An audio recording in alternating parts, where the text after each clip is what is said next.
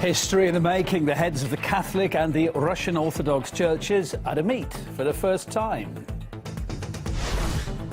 The UN rules that Julian Assange's stay in the Ecuadorian Embassy in London amounts to arbitrary detention and calls on Sweden and the UK to end his deprivation of liberty.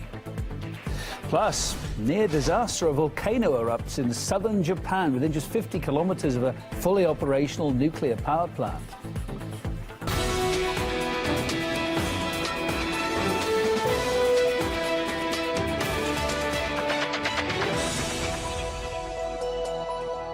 .6 p.m. here in Moscow this Friday the 5th of February. Thanks for being with us. My name's Kevin Owen. You're watching RT International. The big news today from the world of the Church. Pope Francis is set to hold an historic meeting with the Russian Orthodox Patriarch Kirill in Cuba next week. It's the first meeting of its kind since Western and Eastern Christianity split in the 11th century, known as the Great Schism. Let's get more on this. Go to RT's Daniel Hawkins to talk more about the importance of this.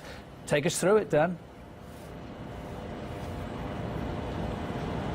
Well, Kevin, as you said there, a historic event, once-in-a-lifetime event, doesn't really cover it. It's once in a millennia. As you said, there are 1,000 years since that great schism, the split between Western Roman Catholic Church and Eastern Orthodox Church, had a tremendous impact on Europe. Socially, politically and historically, and it's taken this much time for even any hope of reconciliation to be considered. What makes this unique, of course, is it's the first time that a pope, the leader of the Roman Catholic Church, about 1 billion followers worldwide, has met the patriarch, the head of the Russian Orthodox Church, about 150 million followers worldwide, the largest denomination in Eastern Orthodox Christianity. Now, why this is important, of course, meetings between religious leaders are fairly commonplace, but what makes this one so important is it's the first step, if you like, in the warming of relations between these two religious groups, which really share some or have some fundamental differences about how they view theology and the Bible.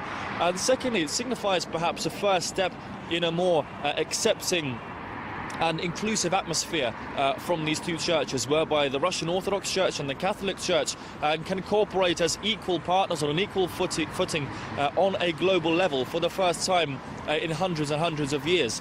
The timing of this meeting is also quite salient, Kevin. Of course, we've got a quote here from the foreign policy chief of the Russian Orthodox Church, the Christ of the Saviour Cathedral here behind me, one of the key landmarks of Eastern Orthodox Christianity. The foreign policy chief, the Metropolitan Ilarion, he said that now with the persecution and what he calls the genocide of Christians in the Middle East, in North and Central Africa, as well as other regions, is not the time for internal disputes, for arguments and bickering.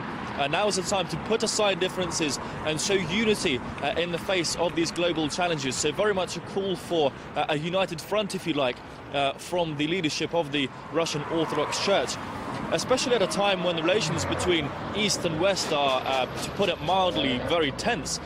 This is certainly a step forward in these relations, and perhaps we can say the politicians could take a leaf out of their spiritual counterparts' books in also showing some global unity here. Maybe. Daniel Hawkins, thanks for explaining it to us. Appreciate it. Well, we discussed the significance of the upcoming meeting with some experts. This is what they had to say about it.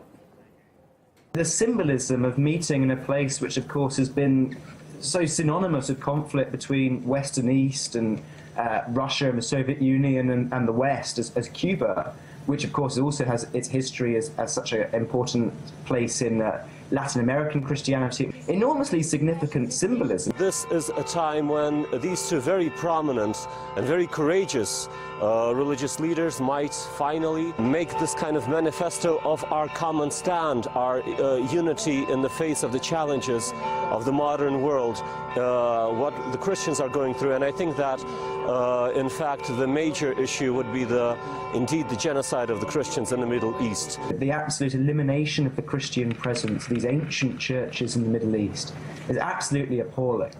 And it's something which the West generally has been very slow to speak on. It's something which Putin, interestingly, has been quite keen to speak on, has been taking a move in leading on that among world leaders.